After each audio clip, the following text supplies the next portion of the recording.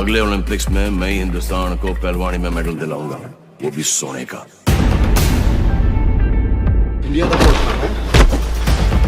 तो हमें नहीं मिलता, इंडिया का कोट कमाना पड़ता है।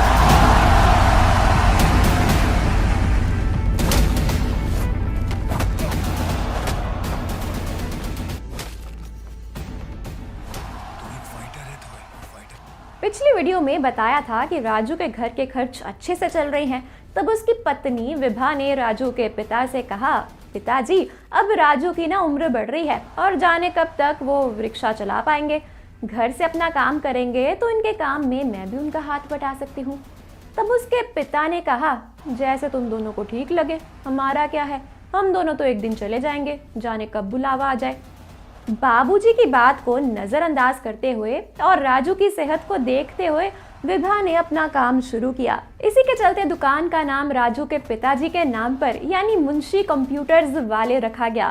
दुकान खोलने के बाद कुछ दिन तक राजू रिक्शा चलाता रहा और विभा दुकान संभालती रही।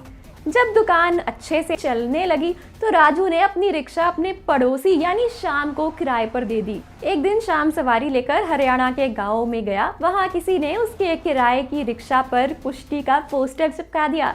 जब रिक्शा वापस घर आई तो राजू की नजर उस रिक्शा पर लगे पोस्टर पर गई। राजू की निगाहें उस पोस्टर से हट नहीं रही थी। वो रात भर उस रिक्शा के सामने बैठा रहा और उस पोस्टर को लगातार देखता रहा। इतने में विभा की आवाज सुनाई दी और वो बोली, केवल देखने से सपने पूरे नहीं होते, राजू आगे बढ़ो, मैं तुम्हारे साथ हूँ। इतना सुनते ही राजू की आंखों में एक चमक आ गई। उसने वापस हरियाणा जाने का फैसला किया। लेकिन उस वक्त विभा माँ बनने वाली थी। वो उसे अकेला भी छोड़कर नहीं जाना चाहता था। अब घर के हालात पहले से काफी बेहतर हो चुके थे, इसलिए राजू एक नर्स को विभा के पास छोड़कर गया, जिस पर उसके पिताजी काफी नाराज हुए। लेकिन इस बार विभा के साथ होने पर उसने पिताजी को संभालने का जिम्मा विभा पर छोड़ दिया। उसने फिर से नेशनल कुश्ती कंपटीशन में हिस्सा लेने का सोचा।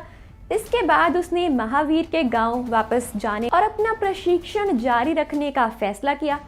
अगले दिन राजू अपने गुरुजी यानी महावीर के गांव के लिए सुबह 8 बजे की बस से निकल गए और जैसे ही वो हरियाणा आए उसे पता चला कि महावीर का कुछ महीनों पहले निधन हो गया था।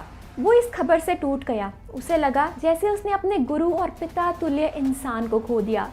उसने ये सारी बात अपनी पत्नी विभा को बताई और अपनी उदासी के बावजूद और विभा के काफी समझाने के बाद राजू ने अपना प्रशिक्षण जारी रखने और महावीर के सम्मान में राष्ट्रीय कुश्ती प्रतियोगिता में भाग लेने का फैसला किया। उसने पहले से ही कड़ी मेहनत की थी इस प्रतियोगिता के लिए और आखिरकार प्रतियोगिता के दिन आ गया। तो क्या पत्नी के इतना साथ देने के बावजूद भी राजू कुश्ती चैंपियन बन पाएगा? तो दोस्तों, आपका क्या कहना है इस वीडियो के बारे में? हमें कमेंट्स में ज़रूर बताएं।